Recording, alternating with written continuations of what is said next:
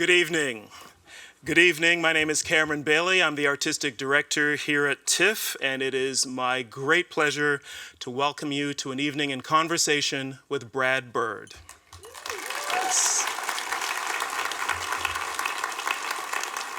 So great to see you all here. All of you from Toronto, from elsewhere, from Sheridan College. Anybody from Sheridan here today? Yes. All right. Good. Welcome to all of you. To begin, we want to acknowledge, as we always do, that tonight's event is taking place on the treaty territory of the Mississaugas of the New Credit and the traditional territory of the Haudenosaunee, Anishinaabe, and the Huron-Wendat. We're grateful to have the opportunity to work in the community. On behalf of TIFF, I also want to thank all of the people in the organizations who make everything we do possible, including tonight's event, beginning with our lead sponsor, Bell, our major sponsors, RBC, L'Oreal, Paris, and Visa, and our major public supporters, the Government of Canada, the Government of Ontario, and the City of Toronto. Big thanks also to all of our donors and members, many of you, I would imagine, here today, for supporting our charitable mission of bringing the power of film to life all year round. And also, massive thanks to Walt Disney Studios Canada and Pixar Animation Studios for making tonight's event possible. We're very excited to have Brad Bird here with us, so thank you to Disney and Pixar for that. A reminder that recording video is not allowed at any point during the event, so you don't want to break the rules, do you? But we do encourage you to share your experience with friends, if you like, on social media. And feel free to do that, because you guys are the lucky ones who got to be in this room. Many others wanted to, and we just didn't have the room for everyone, but we're very glad that you're all here. So, ones and zeros, light and shadow, space and time. How does a filmmaker turn these basic elements into a story you'll never forget? How does an artist use the immense technical machinery of cinema to make you laugh, jump, scream, and cry? Well, you can ask Brad Bird. Brad Bird is one of the most prolific and celebrated filmmakers of our time. He's worked to great acclaim in both animation and live action, which is a rare feat and a testament to his ingenuity and his creativity. He's the director of Pixar Animation Studios' Academy Award-winning films Ratatouille and The Incredibles, and prior to joining Pixar, Bird wrote and directed the critically acclaimed animated feature The Iron Giant, which I think is really one of the most powerful and moving films I have ever seen. His other credits include acting as executive consultant on The Simpsons and King of the Hill, the two longest-running and most celebrated animated series on television. He also directed the live-action films Mission Impossible: Ghost Protocol for Paramount Pictures and Tomorrowland for Walt Disney Studios. And his latest feature, the highly anticipated Incredibles 2, which opens on June 15th, is just his latest work. Before he joins us on stage, let's take a look at some highlights from the career of Brad Bird. Please join me in welcoming to Toronto, Brad Bird.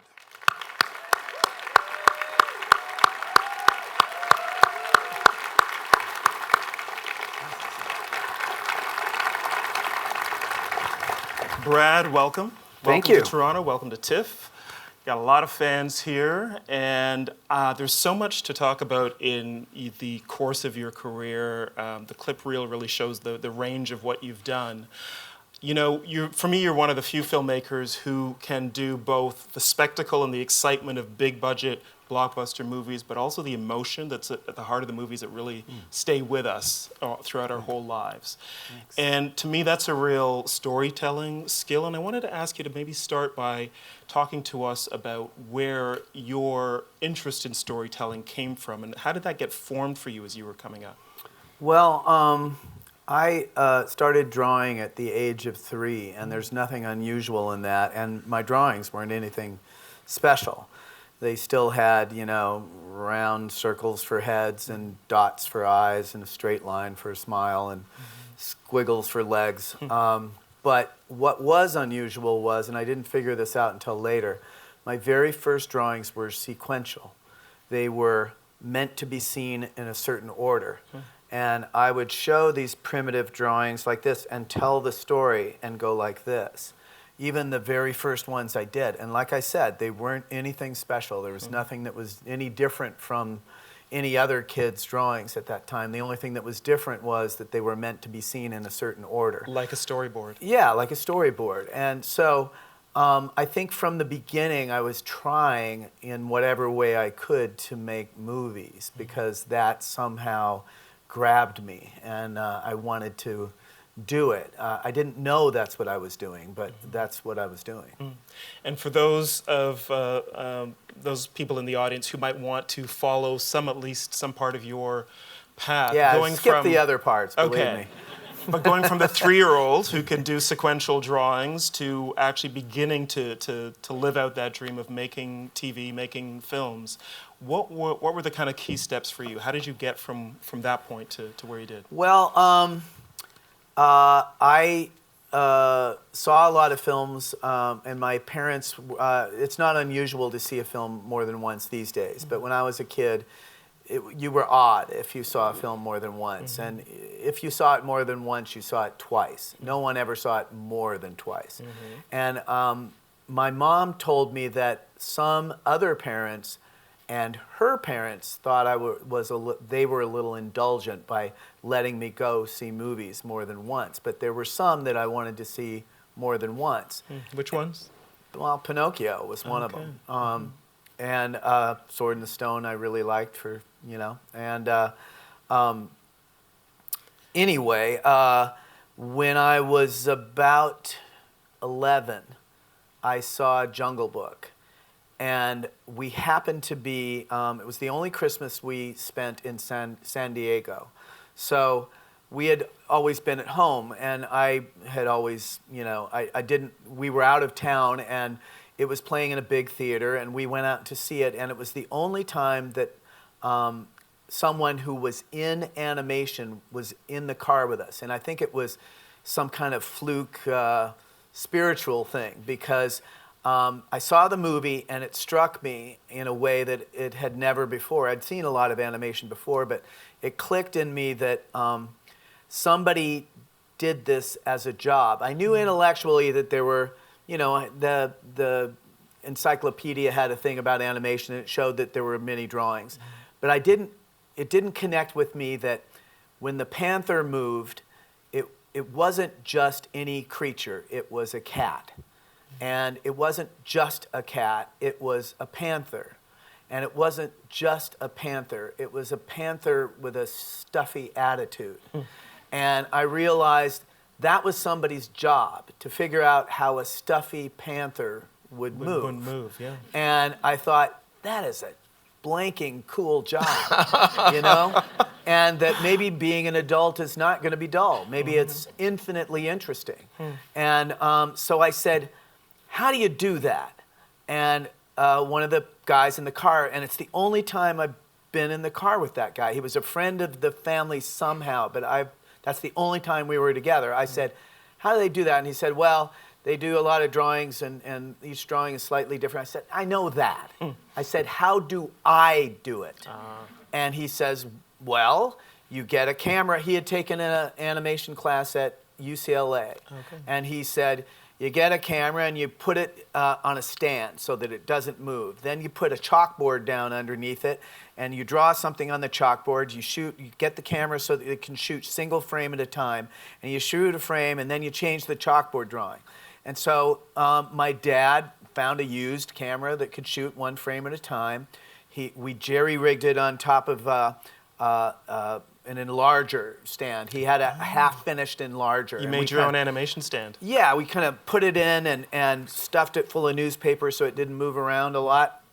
And then instead of pegs, my dad, who was kind of an ingenious guy, just made a corner with tape, just laying down several things of tape until it was raised.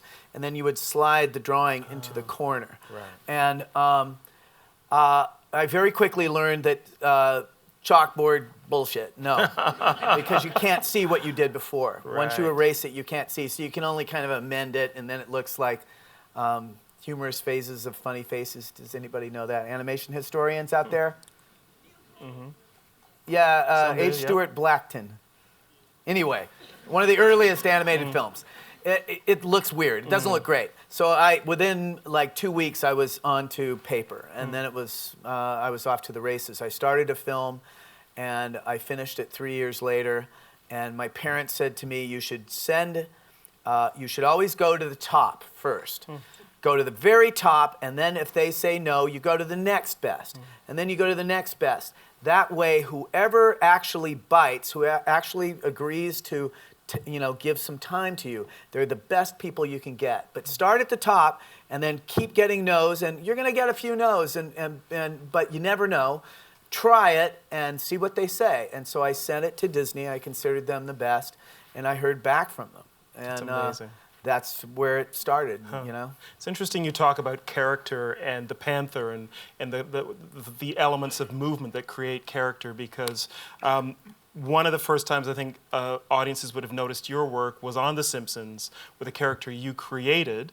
Well, I designed him. I didn't create him. Okay, you designed him then, Crusty the Clown, and in the... Oh, actually, it was Sideshow Bob that I Sideshow designed. Bob. Oh, pardon me, Sideshow Bob. I was a fan of Crusty. Crusty Gets Busted is the episode that Yes. that we're going to look at, where Sideshow Bob made his first appearance. Right. And your role in helping to sculpt that character, I mean, a lot of it, of course, is Kelsey Grammer's voice, but really the movement of the character and his kind of pretension really comes across visually as well. Can you tell us a little bit about that character, your role in creating him, and then we have a clip I want to show. Well, I got onto The Simpsons. It was a dark moment in my life. My sister had died in gun violence, and I was very sad, and I happened to have some money in the bank, so I just kind of didn't do anything. And I got this offer to work on The Simpsons, and at the same time they were making a show out of Family Dog, which I had done the original for Amazing Stories, and I tried to tell them that you can't really do it on a weekly schedule. Family Dog, it's simple drawings, but the dog conveys his feelings through animation, and you can't do that kind of animation on a weekly basis. It just takes too long. And so I wasn't doing the thing that I created, but I was being offered to be part of a team of something I didn't create. And I was kind of mulling it, going, well, I didn't really have anything to do with it. My mom said to me, how long has it been since you just had fun? Just fun. And I went, oh, it's been a while. And she said, go and do it. And it was absolutely perfect for me, because I spent a large part of the next 8 years just laughing. Because these guys are the best writers ever. And so that episode, I liked it because I liked Crusty the Clown. I found him a really weird character. And I asked Matt early on when I got on the show, I said, is Crusty based on Rusty Nails? And he went, you know Rusty Nails? And I went, hey man, I grew up in Oregon, Right. And Rusty Nails was a TV comic who had a kids show just like Crusty, but he also tried to do these little silent comedy routines, and he really tried to like put on a show. And he also had partial interest in this dairy, so he was always hawking products from the dairy. Now he wasn't a degenerate like Crusty, but there was something that was funny about him in a weird way, and Matt really latched onto that. So I always liked Crusty, and I later on I would request scenes to do the key drawings for. Just every now and then it was always Crusty or Sideshow Bob. Great.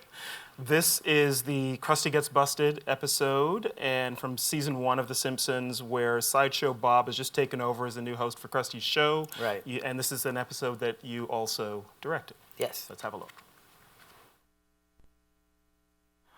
Well, that wasn't really meant to be seen large. That was season 1 where they were not really listening to us over in Korea. Oh, is that right? Really? Yeah. It got better later. Yeah. And it's run for 20 seasons now. It's incredible. Yeah. It's too long. Okay, right. We won't talk about it. What I like is that even there on that Simpsons episode, you've got both the absurdity, the humor, and also you feel for Sideshow Bob weirdly, because he's such a kind of a, how do you make people care about these absurd characters? It's amazing. Well, I think that a thing that's always really fascinated me about animation is locking into things like the way people sit and the way they hold things and the way they use their hands. I always, when I was a kid, I particularly liked people who were good at imitating, and I tried to do it myself, and you can be kind of cruel but when you're a kid, it's like the whole world is kind of up for grabs and you don't know the rules. So you would walk in the park and you'd see somebody with a funny walk and you'd kind of walk behind them, kind of imitating their walk, and then you'd see somebody else and move behind them and kind of imitate that walk. And that's what always intrigued me about Disney animation, was that they were locking on not just movement for movement's sake, but very specific movement that had a motivation and had a history to it. Things like Pinocchio, when he's put in that show, I've Got No Strings, right? And he's singing that song. He comes out there, and at first he doesn't know kind of what to make of it. The light hits him, and at first he cringes because he doesn't really know what it is. And then he kind of starts singing the song, but it's kind of by rote, and all of his gestures are a beat or two off. It's kind of not polished. And then as he starts to go along, he starts to get it a little bit and starts doing stuff more on the beat. And then he feels like he's really got it, and the crowd starts to applaud. And he cringes at that at first, and then he realizes it's something good, and he starts applauding too. And so what you're showing in every moment, what Frank Thomas brilliantly was doing as an animator in that scene, was showing that every experience was new for him, and he didn't know how to interpret it. And he's learning it as you watch. Now, anyone could have done a puppet up there singing that song, but Frank Thomas took it and delved deep and told you with Pinocchio's every gesture that this is new, and he's learning it. And he has no ability to distinguish good from bad. As his first reaction is, that's bad, and then he goes, it's good. And then he has another thing, and no, it's bad. And that's so the storytelling character. Is built into the movement of the character. Yes, yeah, it's not just movement. Are you an especially close observer of people in real life? Do you look at people like that? Sometimes. My wife is actually ridiculously more astute about that. I mean, we will be at a party and she'll pick up on something and she'll come up to me and go, they're going to be divorced within a year. Seriously? And it happens. And I'm like, Really? I didn't see a thing. Wow. And she's telling, you didn't notice the way he kind of looked down when she said this one thing, and the way she kind of looked at that. There was a little nostril flare at that one moment when she said that word. And I'm like, holy shit, no, I didn't see it. I'm supposed to be the observant guy, Right. But I think that we all have that ability. It's just whether or not you're paying attention. And there are times where I'm very much paying attention, and there are other times where you can hit me right in the face with something and I won't see it. I want to ask you now about The Iron Giant, because in this film you did something quite remarkable, as you were able to turn a metal robot into a creature of great empathy for the audience. And that's something that I think must be especially hard to do, because you're not dealing with human behavior in that case. Right. So can you talk a little bit, first of all, about the story behind Iron Giant? What attracted you to telling the story of the boy and the robot? Right. Well, I had been developing a project for Turner Animation. There was a moment that didn't last very long where Disney made too much money with a few films, and suddenly every other studio thought, well, all you have to do is just get a bunch of these animators under a roof and give them money and get them do some songs and dance, and then the money's just going to pour in. And doesn't work that way. So everyone kind of did that. Then everyone came out with these appallingly bad movies and that tanked, and they spent way too much money. And I was catching the tail end of that. So I was involved with Turner Feature Animation, which had just done Cats Don't Dance. And I was trying to get a film called Ray Gun off the ground. And Turner got bought by Warner Brothers. and Warner Brothers was still in the animation game, and they bought, among all of the things that they bought when they bought Turner, they bought CNN, they bought the Hanna-Barbera company and library, they bought the Warner Brothers library pre-1946. They bought part of a baseball team. They, among all these big things, they have the caraway seed of the last 3 months of my contract. and what's this? Yeah, this might be something. So let's check on this caraway seed. And they found out that, I had this project, Ray Gunn, and they looked at it and went, I don't see any singing in it. And it's about a detective, how is that, So they said, we don't want to make Ray Gunn, but they said, we have like 48 projects in development. And now if you have 48 projects in development, you have nothing in development because you're not really developing any of them. You're just throwing a bunch of crap at the wall and seeing if anything sticks. And they said, well, look at all the stuff we have and see if there's anything that interests you. So I looked at everything and I grabbed 3 things. And one of them was the book, The Iron Giant. Pete Townsend of The Who had brought, with Des McAnuff, the book and the music. He did a concept album called The Iron Man to Warner Brothers to develop as a musical. Now, it was going to be a rock musical, so it was different than the other ones, and obviously. But I read the story that he wanted to adapt into a rock musical, and I didn't see it as a musical. But I did have an idea that I came back to Warner Brothers with, and that was, what if a gun had a soul and didn't want to be a gun?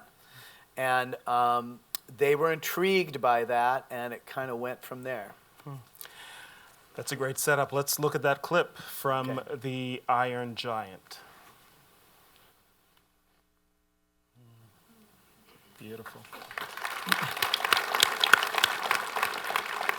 I absolutely love this movie, and I think you did something really unique and innovative in giving this this robot a soul. But the film also has a lineage. To me, when I first watched it, probably in university or just after, it took me back to Metropolis, to Fritz Lang, and there's other stories about the consciousness or lack of that robots or creatures can have, created creatures. Can you talk, as you were making the film, you taken this story and you're making it your own. What for you were the filmic references? What did you want to connect it to, if anything? Well, some of them were things like The Day the Earth Stood Still, which is a really great sci-fi movie, and there was a certain amount of paranoia in that film, and it was about the species, our species, sort of being destined to destroy itself. And I thought Ted Hughes' book moved me in a strange way. But it was kind of it wasn't set in a specific time, and it was set in a coastal community. It was set in England, and he had 2 parents and all of this, and I latched on to a sort of kind of subtle melancholy in the thing, and I related to it. He was married to Sylvia Plath, and she committed suicide, and he told stories to his kids at night, and partially to help them heal in the wake of that. And this is a story that he kind of improvised over the course of time and then finally wrote it down. And so it was created out of a sense of loss, and I wanted to capture that in some different way. But I thought, well, if this metal guy drops, he just rose from the ocean in the book, and I thought, no, he should come from somewhere else. He can crash into the ocean and come out of the ocean, but he shouldn't just come from the ocean. And then I thought, what is the best time period to make something coming from outer space freak you out? And I thought, well, it's when Sputnik was in the air, because we didn't know what Sputnik was. We thought that it might be some kind of spy satellite or able to potentially in the future drop bombs or something. I mean, it was kind of a glorified Radio Shack thing, in reality. But we didn't know that at the time, and we hated that the Soviets had something in the air that was circling over us. Yeah. Yeah, so I thought if you're going to have a guy, 50-foot tall robot from outer space, that's the perfect time to set it in. So I wanted to establish that with the opening shot, that Sputnik is in the air and there's a storm on the Earth and the Iron Giant goes right into the eye of the storm. So it's kind of saying it's the Cold War, it's stormy, and this guy goes right in the middle of it. So that's one of the many ideas I had. And the sequence that you just showed, I wanted to have it be about the understanding of death, not only on the giant's part, but on Hogarth's part, He has somebody who is strangely looking up to him and hoping for an interpretation from him on feelings that he doesn't quite understand. And the junkyard, which had been a source of food before that, is now almost played like it's dead bodies. And he's looking down and looking into it. And Hogarth kind of gets him focused on another way to think about life. And at the end of it, he turns from looking down into looking into the infinite. And I just wanted to suggest that that's a big, important turn in the way the giant views things. That's interesting. You mentioned looking. Let me just ask you one technical question. The eyes of the Iron Giant. Again, you're not working with human eyes, but you have to try to convey emotion somehow. Right. What decisions did you make about how you would convey emotion of the Iron Giant through the Well, through that his was eyes? interesting because the Iron Giant had been developed at Warner Brothers as a musical, and there were all these versions of the Giant, and some of them were really weird. I mean, he had tongue and lips, and and all this stuff that I didn't think a big metal man would have. No. So I went to a friend of mine, Joe Johnson, and he is one of the principal designers of Star Wars. He and Ralph McQuarrie did a lot of the most important work. He did the storyboards of it, and if you look at it, man, those are the shots from the film. So he's a really good artist, and he's also a film director.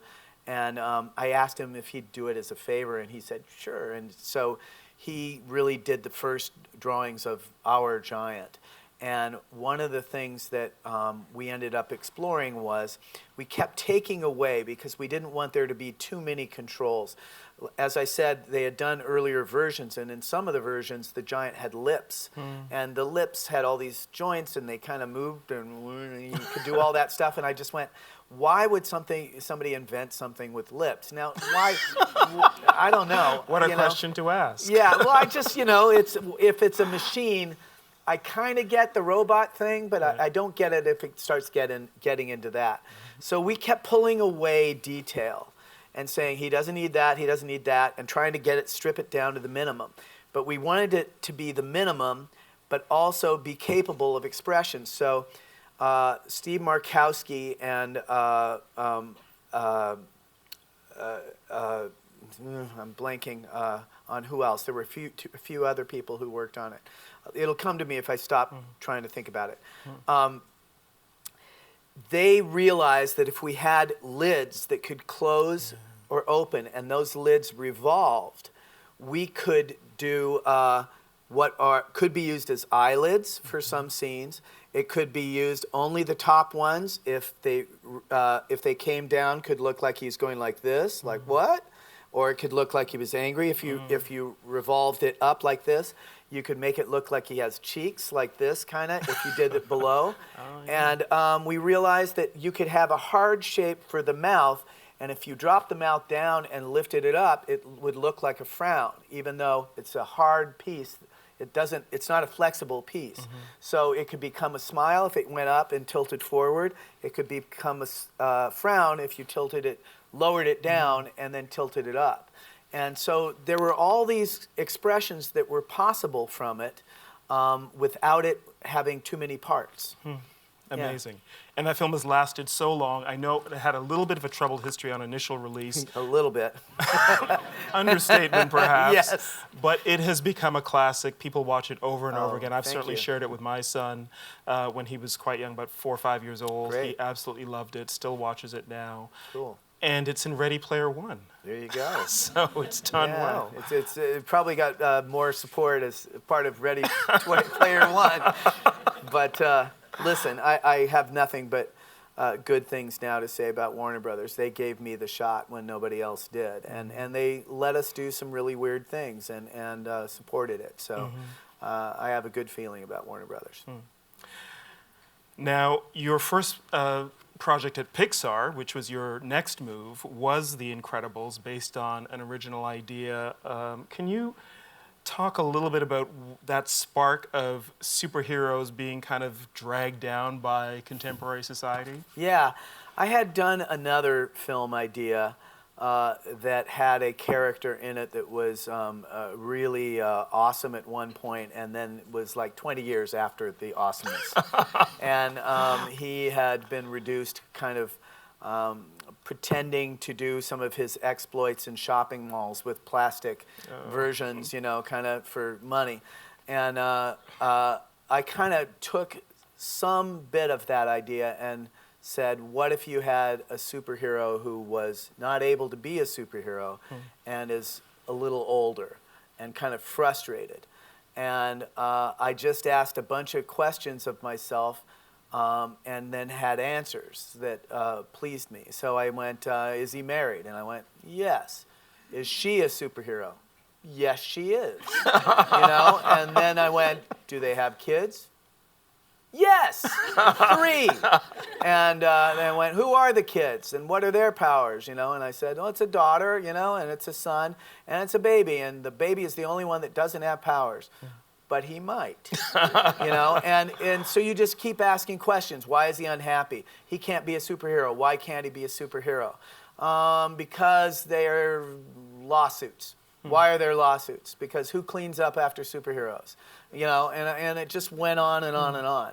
And I worked on it while I was trying to get other things off the ground. And when I completed Iron Giant, that was the one that I wanted to do next. And thankfully, Pixar was wanting me to come up there at the same time.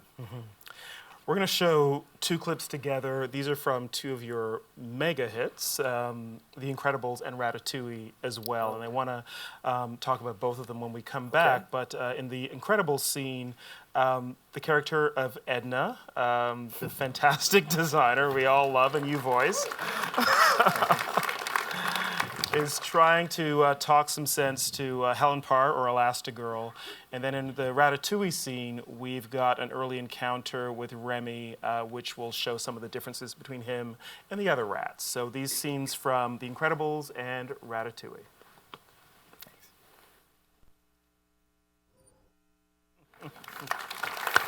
Fantastic. You know, the kids love Tom de Chèvre de Pay. How did you get away, first of all, with a movie called Ratatouille, which many non-French speakers could not even say? It's funny. I had been part of the quote-unquote brain trust on that film, which is a bunch of us who direct and do the stories. This is a real thing at Pixar, the Brain Trust. They're called the Brain Trust. We don't call us that. Other people call us that. Okay. But we kind of look over each other's work and kind of offer, you know, different points of view. And so I had offered a lot of points of view about Ratatouille, and they didn't. Jan Pinkava, who came up with the original idea, which I thought was spectacular, didn't really see it the same way. And so when they asked me to take on the director role of it, I had all these things that were sort of pent up in me that I wanted to get in the film. And Do you remember what those things were? Yeah. You know, we only got an hour. So. You know, one of them was I didn't feel that I felt like gourmet food was potentially a thing that the audience was going to have trouble connecting with. And you have to find a way to make it so that you're rooting for the people who are doing this. And so that was one thing that I wanted to do. I also felt the girl character didn't have a significant part. Linguini just kind of mooned after her, and that was it. And I thought, why is she in that kitchen? And then I found out that it was really hard for young female chefs to rise in that universe. It's very male-centric, which was good for the movie because it made her someone who was there struggling. And then to saddle her with Linguini was just an extra bit of stuff to drive her crazy. And she became a very important part of the movie. But anyway, one of the things that I was tasked with that I took it on. We had a crushing deadline. All the animators were going to come onto the project and charge against the project, whether it was ready for them or not. So that's that's money flying out the doors, Right. and you better have something for them to do fast, or it's just going to be wasted. So I'm just sitting here, all of this maddening stuff, trying to solve it, and the producer of the film comes to me. We got to talk about the title of the film. And I said, don't bother me with this, man. It just doesn't, I call it whatever you want. I just want it to be completed by the deadline and not stink. And he goes, well, yeah, but, and I said, just do whatever. Just, you figure it out. Anything you want to call it, good. So he kind of took it off and then, came back and said, well, it's not. We don't really have the names. Steve Jobs wants to hear about the names, and I said, whatever you want to call it, man. Just don't bug me with it. And he said, well, you should take a look at the list because we're going to have to go talk to Steve about it. Because I look at the list, and it's like 2 pages of the dumbest titles ever. Do you remember any of them? Yeah, Rats! Exclamation point. Remy's Secret Kitchen, and just stupid. And they go, well, you have to go talk to Steve about it. And I go, why do I have to talk? I'm just doing the movie. He goes, look, you're the director. This is part of it. You gotta at least pick one that you like and tell him why that's the new title.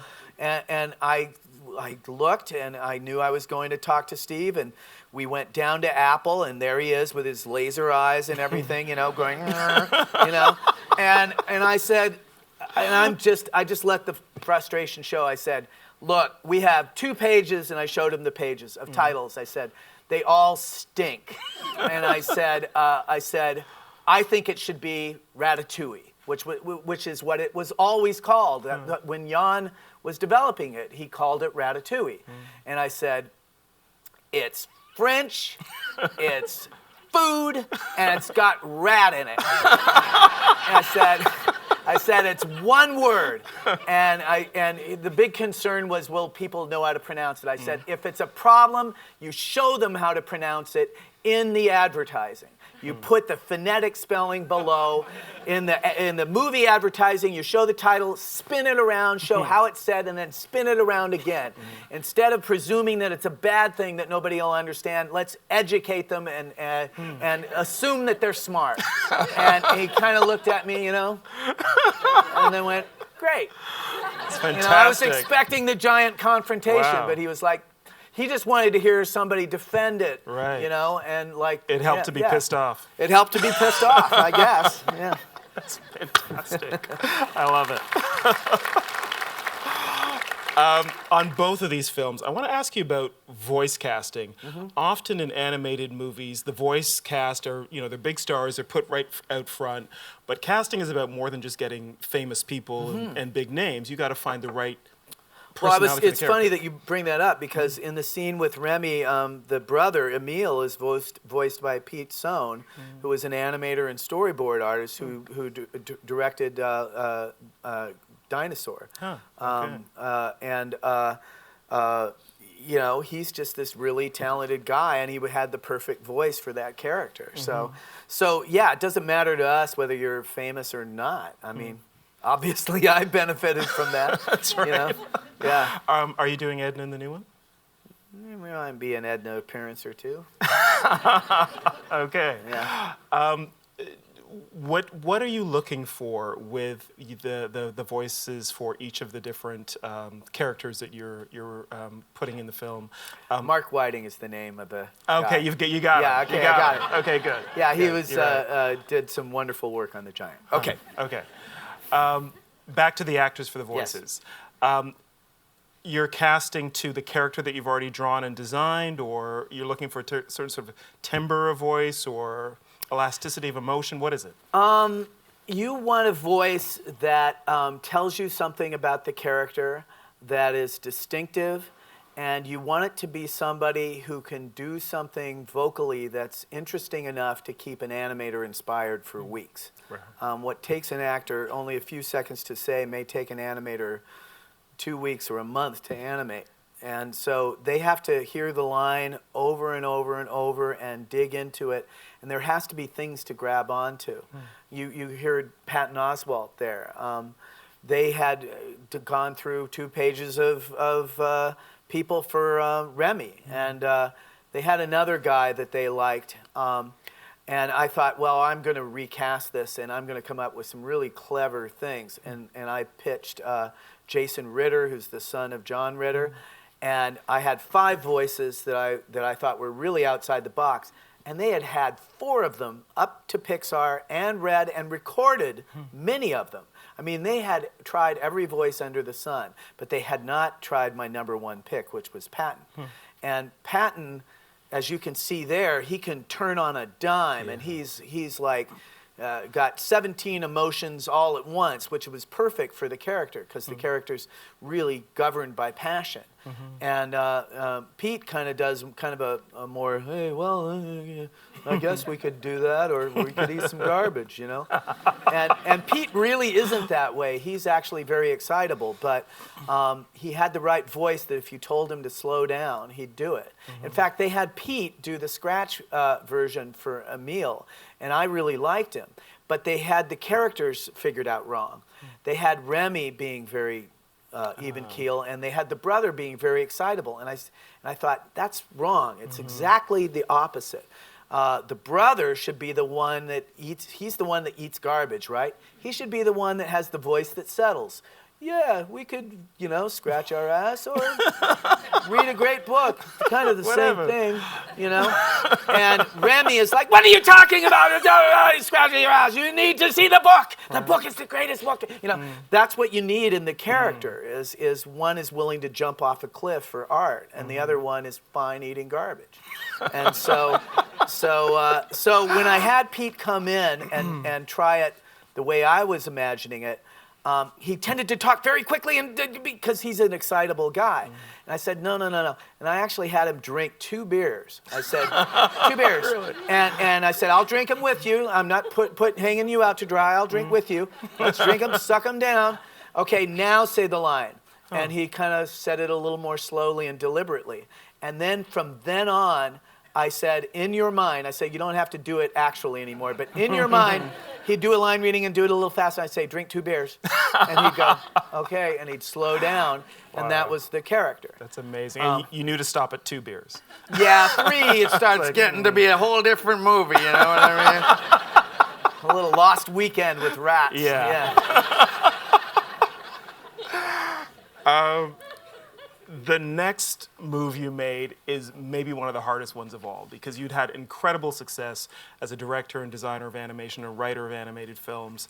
And then you went into live action. It's storytelling. It should be the same kind of thing, but there are things that are very specific to live action movies as opposed to animated. Can you talk a little bit about shifting to Mission Impossible, Ghost Protocol, Tomorrowland, those films that really took a lot of what you learned in animation and moved it into the live action sphere?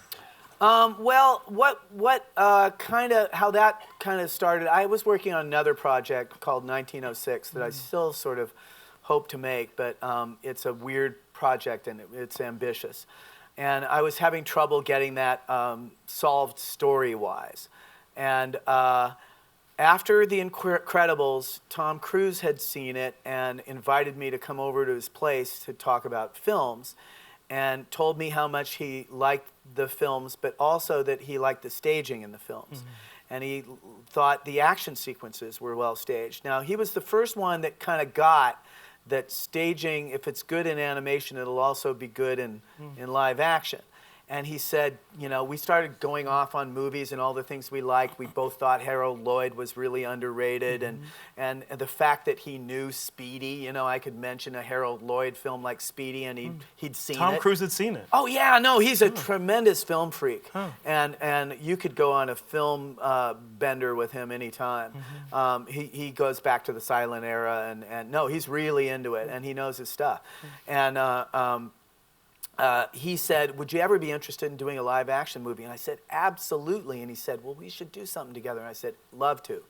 And then it just happened that when 1906 didn't work out, Mission came along, and there was my chance to work with Tom.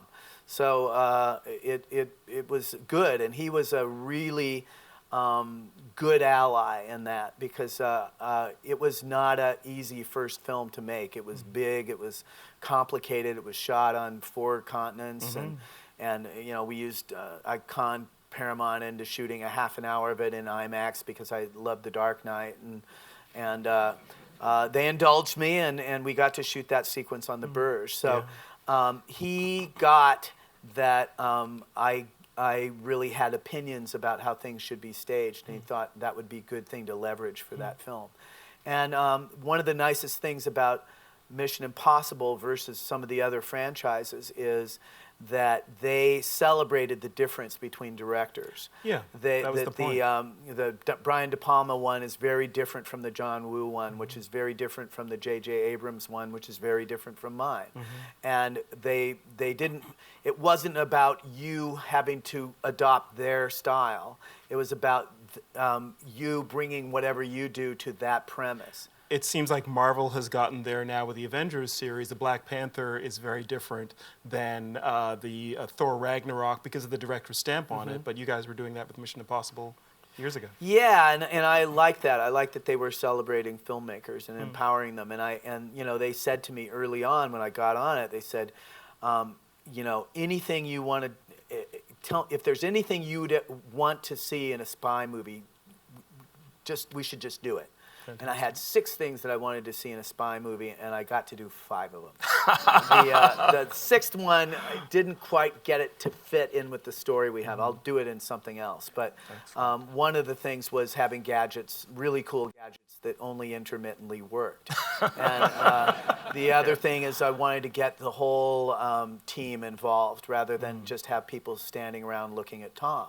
And, you know, Tom was fine with that. That sounded good to him. You know, he wasn't like, no, I must be the star. You know, he liked the fact that we got good actors, and I wanted to set. I was really inspired by North by Northwest, where they have a suspense scene in the middle of the day when the sun is fully out, and you have but I thought, what would it be like to have a chase in a sandstorm?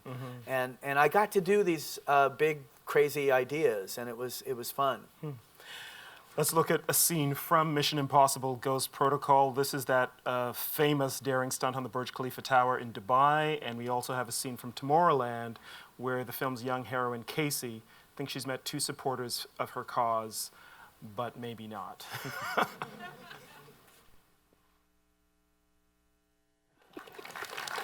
Yeah. You know, watching your animated films and your live action films, I can see something similar in the timing, the staging, as you and Tom mentioned,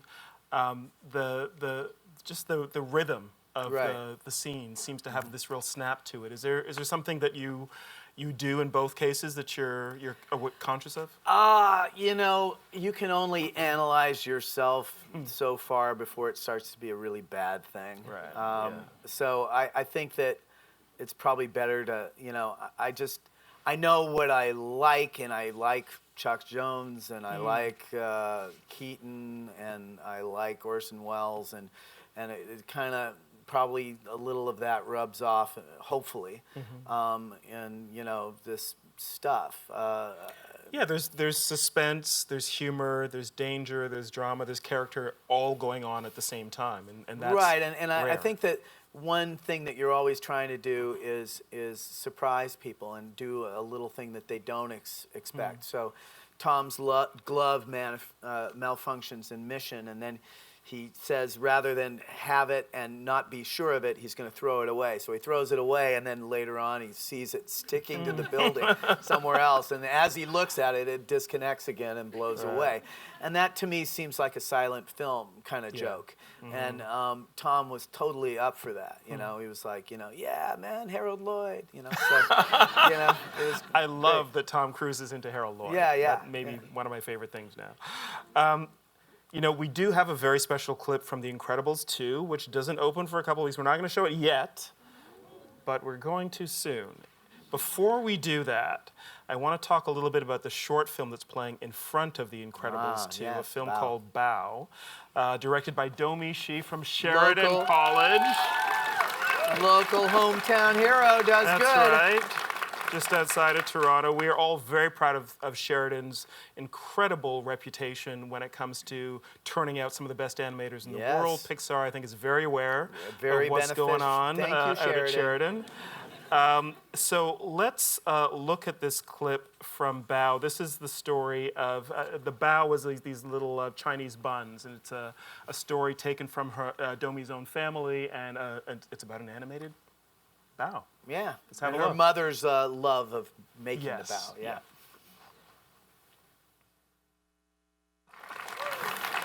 Can't wait to see it. It's a really great short, and we're very happy to have it with Incredibles 2. Yeah.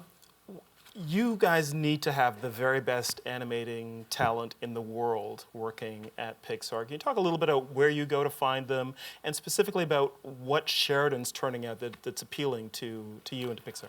Well, I think that we're kind of generally, Pixar is looking for people who have some semblance of a classical education, meaning that you care about more than just animation. That Domi is an example. She has a wonderful design sense, which you can see on those characters, and she thinks about character stuff. So Sheridan is interested, as CalArts is, in people who look over a lot of arts and then bring that to a particular area of art, and so some art schools have abandoned any sense of learning draftsmanship or anything like that. They consider it sort of old-fashioned. Because animation is so computer-driven now? No. That's another topic which is interesting, because when the industry kind of went to CG, CalArts, which is where I went to school, actually started doing away with teaching hand-drawn animation. And it took Ed Catmull, who invented a lot of the stuff that we use in computer animation, going there and telling them, this is a really bad idea. This is really terrible. And I'm saying that as a computer guy who helped develop a lot of the stuff that is the foundation for this. And because it was coming from him, they listened to him. But if it had been a hand-drawn guy saying that, they probably wouldn't have, which I think is really strange. Ed's been a guest here as well, and I'm really glad to hear that he and other people in the CG world are supporting hand-drawn animation. Yeah, and that's not saying, we have people that only do CG animation, and they're great. Some of our best animators don't draw. But drawing is a very valuable tool, and it's valuable for expressing things visually. When a thing that people love to do when you're building these kind of films, and the conversations become very heavy and particular about and complicated and technical, is they love talking about them. Because you can say, I see it as having a Quicksilver effect, and everybody will go, and then, yes, a Quicksilver, don't you think? Yes, Quicksilver, that's the ticket. And then people go off and do 10 completely different things that all seem Quicksilver to them. But if you can show something and say, I need a cup like this, only red and about half the size, but I want exactly this shape without the TIFF, and I want it to be red. Or maybe there should be 3 TIFFs. How's that? But anyway, it's visual. Everyone sees what this is. It's not a round cup. It's not a boxy cup. It's what it is. So the nice thing about being able to draw is that you can put something down. Even if the drawing's not that good, you can indicate something that everyone can see. And you're dealing with a visual medium, so you want to speak in visual terms. Right. And that's why I think drawing will never go out of style. Whether it's for CG or any other kind of animation, drawing is really useful. Pixar has hired alumni that include not just Domi Shi, but Benjamin Su, Trevor Jimenez, and Alan Barillaro. One of our supervising animators on Incredibles 2. Fantastic. There are some Sheridan students here today. Yes. What can you say to people who are studying now at a college like Sheridan in terms of where that training can take them? Well, I have a limited point of view somewhat because I went to Cal Arts, and the Disney program at the time that I went was pretty structured, and most of our instructors were guys who worked on those old films. So Cal Arts is a school that helps people that actively pursue things themselves. If you are the biggest slacker in the world, you can also go to Cal Arts and do very little and not get much out of it. They aren't into policing people, and they're not there to pass X number of people and get them out. And so the people that really are into it will get something from it, and the people who kind of phone it in or are just trying to delay life for 4 more years, they can do that as well. So I would say be active, be aggressive, go get this information for yourself. If you don't get it from your instructors, get it anyway. There was one class that was weak. When we went there, I was in there among the first program, first year of the program, and we had one instructor who was kind of weak at the thing that he was instructing in. And instead of just accepting it, we taught each other. And we did it by getting films, old films, and checking out the room, getting the keys to the room at night, turning on the lights. We would get animators in LA that were retired. Nobody was paying attention to them at all at the time. And we would give them a ride up there, and we would introduce them, ask questions. We would record it, transcribe the recordings, hand the stuff out to people. So we would actively teach each other. And we aggressively did the kind of thing that we hoped the program would do. Now, in the other classes, we were getting great instruction. But I guess what I'm saying is don't just accept whatever you're getting. Go after it and be aggressive. And if you don't find the right answer, dig further. And look beyond animation. That's the other thing I would say is just feeding yourself on what other people have done. It's nice and it's good, but you should, the original great animators didn't have any animation to look at. They had life. They looked at their Uncle Lou, who sat a certain way and was obnoxious at parties. And they looked at paintings, and they looked at Chaplin films, and they looked at opera, and they read books, and all of those things found their way into animation. And if you do that, then animation is a living, growing, continually changing thing. And if you just look at how other people solved certain problems, all you're going to be is a collection of other people's solutions, and you don't want to do that. You want to bring yourself to it.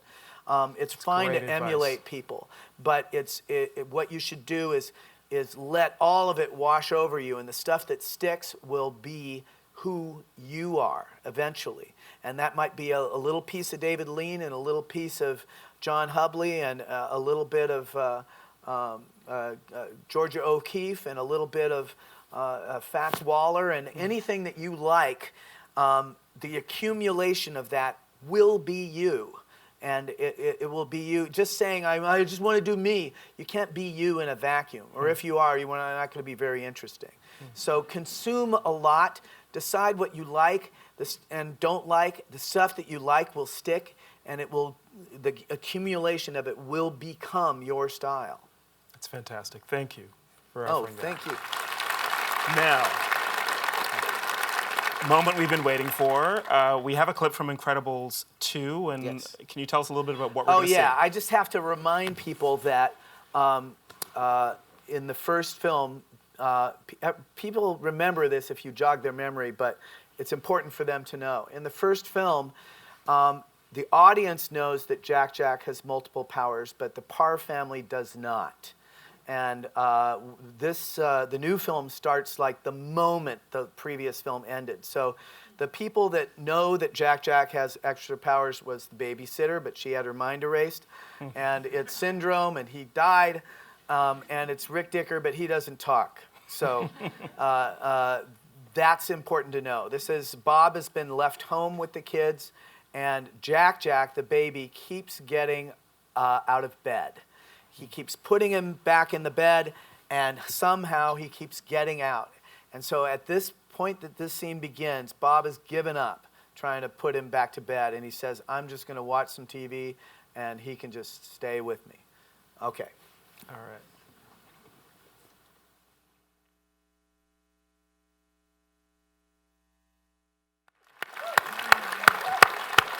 Ladies and gentlemen, Brad Bird. Incredible. Thank you. We're a little short on time, so I want to go straight to your questions. Okay. We do have some microphones. Not all of you all at once, please. Microphones are coming your way. Let's go first right here. Yes, this young gentleman in the second row. Microphone's on his way to you. Hi, Brad. Thanks for coming out. I want to ask you about your process from like storyboarding to. Anyways, I'm just going to start off by saying in David Mamet's book on directing, he talks about the importance of the shot list and how watching animation is a great way to understand, you know, what to show on screen because everything is coming from your imagination. Right. So with that in mind, I wanted to ask you, because I think your films have a great style to them, but at the same time, they always serve the narrative, any shot that's on screen. So could you talk a little bit about that process and how you find that balance between style and serving the narrative? Well, I tend to like, my favorite directors are people that actively look at staging. Some directors are more concerned with performance, and they're kind of like, set up the camera anywhere you want, cinematographer. Just make sure I have a few close-ups and a wide shot, and just do it however you want. I'm involved with the actor. And I'm not one of those people. I like to play with every part of the process. So I think that you can learn about staging from a lot of different areas. It doesn't just have to be film. It can be paintings that are beautifully staged, where your eye goes exactly where you want it to go. It can be, when you do theater, they do it with light and sometimes with design, but that's also a valuable place to learn it.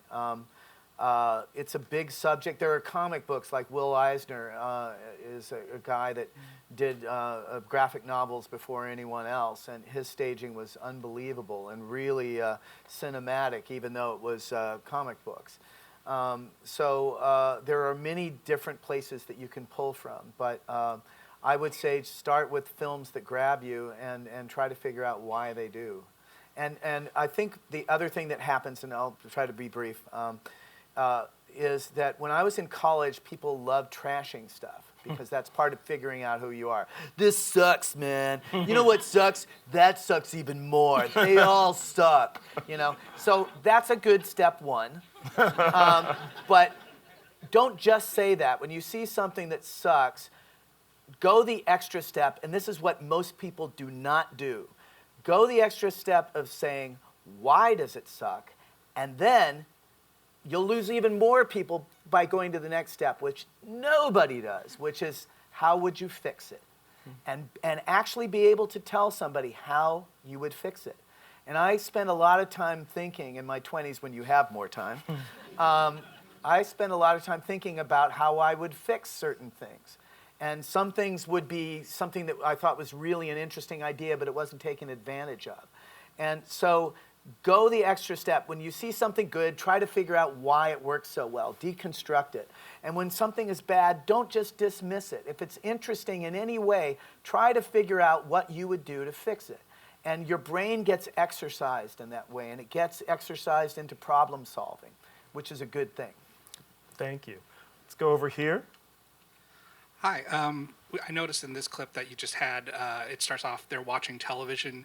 The Incredibles starts off watching television. The Giant's Dream is Yeah, out I of watched television. a lot of television, I guess. Well, that's sort of the question. You've sort of been tuning it as a theme and a story point device, and I wondered if you could talk a little bit about like It how just that says becomes that I grew up with a lot of television. Which is probably all. not good. The funny thing is I wound up being a cinema guy. So TV to me then was kind of like a low rent way to keep you going between movies, in the movie theater. So I don't know. There's something about watching stories that I like to visit the people around the campfire a little bit. If I were telling a movie in the 1800s, I'd probably have a scene of people around a campfire telling a story. There's something about that. I don't know what it is. But again, I'm not the person to analyze that. Leave it to some, academic. If I'm they're- sure it's happening. All right, let's go to the gentleman in the 6 baseball cap right here. If microphone's on its way. It's not because you're wearing a 6 baseball cap. Thanks, I appreciate that. Thanks for coming, first of all. And a few years ago, Andrew Stanton was here, and I asked him, how does a working Toronto professional, myself and others included here, get from where we are to a position to where you are? Or how you said it, how do I do that? Well, I think there are more ways to do it now than there ever has been. And 2 of my 3 sons went to USC, and neither of them went to the film school. But when I visited the campus, I almost got furious because they had everything. They had sound stages, they had blue screens, they had computer animation, they had set replacement stuff. They had everything you can imagine, and I found myself getting infuriated. And my wife is going, "Why are you mad? This is a good thing. These are good things." I said, "We didn't have any of this." and I said, "They're just getting it."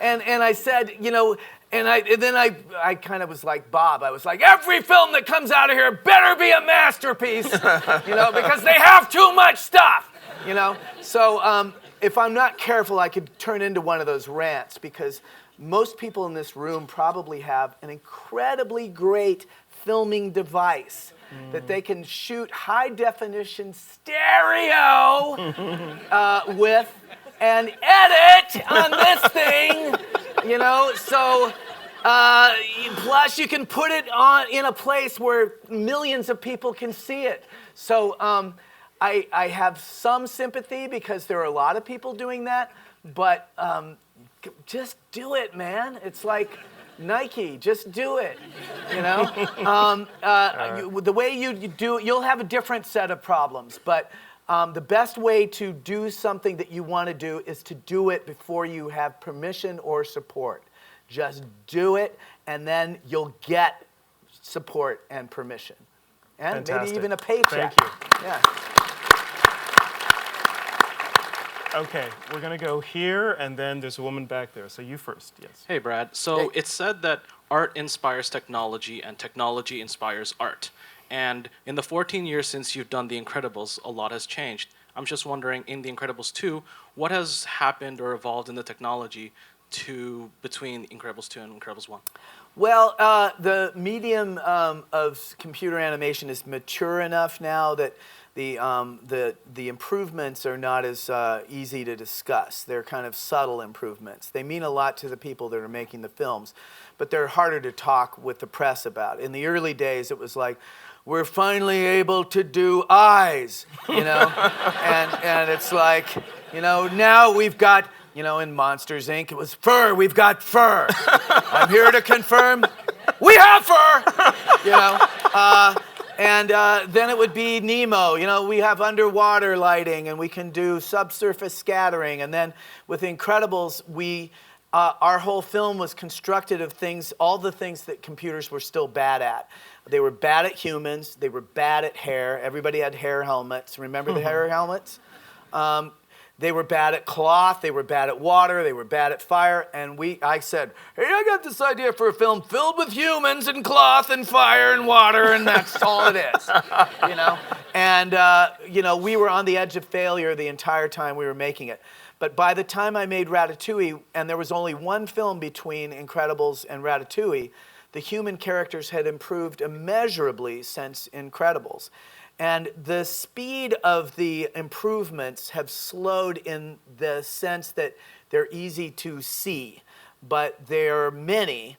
And the most significant one on this film was that we can do a low resolution render of a lit frame and see it pretty quickly. It looks very grainy, kind of like a 16 millimeter film, but you can see all the lighting in there, and you can judge it.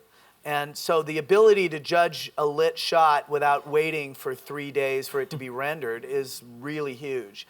And it means that you can iterate on it and you can try different things and see what you're doing. So we have 1 million improvements, and The Incredibles looks more how we wanted the first one to look. Fantastic. There's a woman in red right here. Microphone's on its way. Thanks very much. Thanks, Brad, very much for sharing your body of work and for coming. As you can see, we're big fans, myself and my kids, so thank you. Rock that. The question I wanted to ask, I'm not a film student. I'm a lover of film. I'm a lover of stories. The thing that I love about Pixar and having... If you're a lover of film, you're a film student. Not an official film student. I don't have a degree. Those are the best kind. But the question that I wanted to ask is that having read about Pixar, the amazing thing about Pixar and why it's resonated is they've really worked hard to get the story right, even if it's about delaying the release date and making it come out later. Those are hard decisions to make. Exactly. I can imagine what that must be like around the table and the money and everything else. But so a lot of people have stories inside them and want to get those stories out. How do you reconcile the story that you want to get out with what the audience wants to hear? Because at the end of the day, of course, sadly, films are about money and that kind of thing. How do you reconcile those two things? Okay, how do I reconcile it? Well, you're kind of suggesting, and correct me if I'm wrong, don't give up the mic yet because I might ask you a question. By all means. Is that there's a difference between the film that I want to make and the film that I need to release. Is that what you're saying? I'd like to think there isn't. There actually isn't. And what's really weird is I've never had Final Cut. And yet if I were to do a Final Cut of my films, probably 99.9% of the people would not be able to tell the difference. It's tiny things. I've been really lucky in getting, for the most part, the films that I wanted to make on the screen the way I wanted to see them. They're not, I don't always get to spend as much time perfecting something. There are shots I'd like to improve. But the story is pretty much the story. So I've been fortunate. And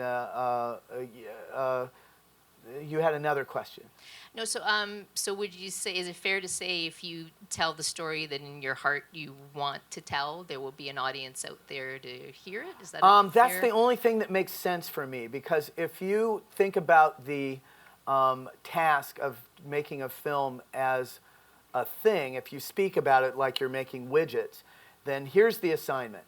The assignment is you need to come up with a story that everyone the world over, regardless of their age, background, sex, or anything, will love 3 years from now. Go ahead, start doing that. When you come up with it, come in with us, we'll give you the money. And you would just go into a ball and never come out of that ball. You would just go, and people would shove food under the door, and you probably wouldn't eat it because you're too upset. I don't think of it that way, because film is not really logical. It's more of a dream language. And so in sort of a dream thing, I go, I can't think of that because I don't know the answer to that question. I don't even want to know. It just scares me and makes me not want to make anything ever. I get very simple and I go, I'm in a big, beautiful, old-fashioned movie theater which somehow has the biggest screen the size of Cleveland and the most magnificent sound, really comfortable seats, the lights dim, the curtains open. Remember curtains? Curtains open, and I see what? What do I want to see? And if I'm in that frame of mind, which is like a child sort of wonder, tell me a story kind of mind, then it becomes really fun to think of films. And I don't think you can make something good for any audience that doesn't include you. And I think that there are a lot of films out there where they go, they'll like this, you know, and then let's blow this thing up over here and take that chrome thing there and bash it into that, and that'll be good enough for them, you know. Anybody that does that is never going to make something good. If you like chrome stuff blowing up, then you have a chance of making something good out of that. But the audience has to include you. So I think you make it for yourself first and hope that the people agree.